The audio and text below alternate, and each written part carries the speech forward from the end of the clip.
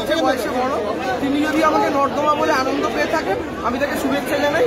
মায়ের মন্দিরে পুজো দেওয়ার পর আমাকে নর্দমা বলেছেন, কত ভক্তি চিন্তা করুন। মায়ের কাছে পুজো দিয়ে আমাকে নর্দমা উনি বলেছেন, আমি ওনাকে শুভেচ্ছা জানাই, মায়ের কাছে প্রার্থনা করি মা ওদেরকে সুবুদ্ধি দাও।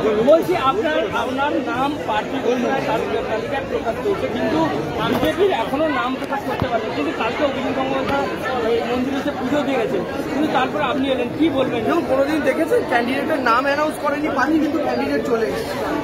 জানি না আমি, হয়তো ওদের ফিক্সই রয়েছে সব ভিতর থেকে, সে যেই ক্যান্ডিডেট হোক আমাদের কিছু যায় আসে না।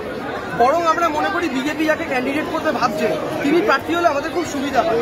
দেখুন, আমি বিশ্বাস করি, আমি আবার বলছি, একজন 61 বছরের ব্যক্তি, দুদিন আগে বিচারপতি ছিলেন, আজকে তিনি রাজনীতির ময়দানে এসছেন, তিনি আবার কোন দিন তার মুড চেঞ্জ হবে, তিনি আবার বলবেন আমি রাজনীতি করবো।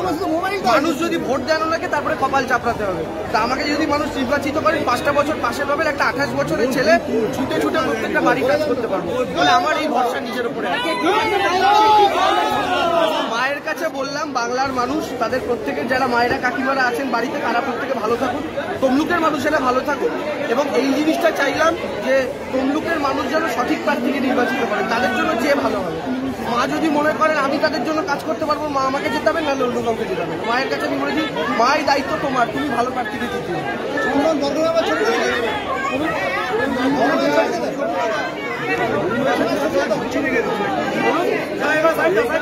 প্ল্যান আছে, একটু নেতৃত্বের সাথে মিটিং করার আছে, তারপরে আপনার বুথ স্তরের যারা গ্রাম পঞ্চায়েত থেকে সদস্যরা আছেন, প্রধানরা আছেন, তাদের সাথে একটা মিটিং রয়েছে।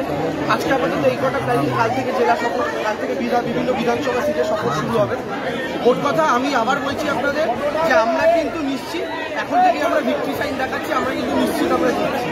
আমরা এই জায়গা থেকে মানুষের চোখের রিয়াকশন দেখুন, মানুষ আমাদের সঙ্গে। আমি বলছি অভিজিৎ গঙ্গোপাধ্যায় এরাই কখন এসছেন কিনা জানি না, কিন্তু বিধানসভা নির্বাচনে আমি কমপক্ষে 60 থেকে 70 তমলুক থেকে শুরু করে তমলুক লোকসভার অধীনে। আমি এখানকার নেতৃত্বদের চিনি, এখানকার মানুষের সাথে আমার পরিচয় আছে, এখানে আমি প্রচুর মিটিং মিছিল করেছি, এবং আমি রাজনীতির লোক, আমি রাজনীতির মঞ্চটাকে জানি, আমি ফ্যান্সি দুনিয়া থেকে রাজনীতির ময়দানে আসি। ফলে মানুষের জন্য কাজ কিভাবে করতে হয়, কিভাবে রাজ্য সরকারের থেকে কাজ ছিনিয়ে আনতে হয়, কিভাবে কেন্দ্রীয় সরকারের থেকে কাজ ছিনিয়ে আনতে হয়, সেটা আমার জানা।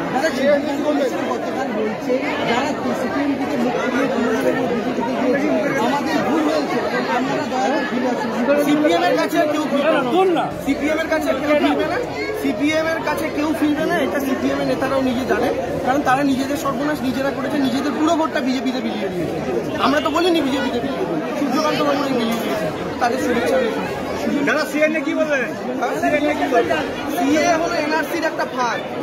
সিএ প্রত্যেকে জেনে রাখুন, যারা ভাবছেন যে আমি হিন্দু, আমার সিএ তে কিছু হবে না, আসামে কিন্তু 16 লক্ষ হিন্দু বাঙালি, তাদেরকে এনআরসি করে বাদ দিয়েছে, আর সিএ হচ্ছে এনআরসির পূর্ববর্তী ধাপ। এই সিএ দিয়ে আপনাকে বলবে আপনার কোনো অসুবিধা নেই, নাগরিকত্ব পেয়ে যাবেন, এনআরসিতে নাম বাদ গেলে অসুবিধা হবে না। তারপরে এনআরসিতে যখন নাম বাদ যাবে, তখন দেখবেন সিএতে আর নাম তোলাতে পারছেন না। আসামে কিন্তু এটা হয়নি। তা আমি আপনাদেরকে বলছি, খুব সমস্যার এটা একটা জিনিস, তাই প্রত্যেকের আমার মনে এটা নিয়ে আন্দোলন করা উচিত, সতর্ক থাকা উচিত।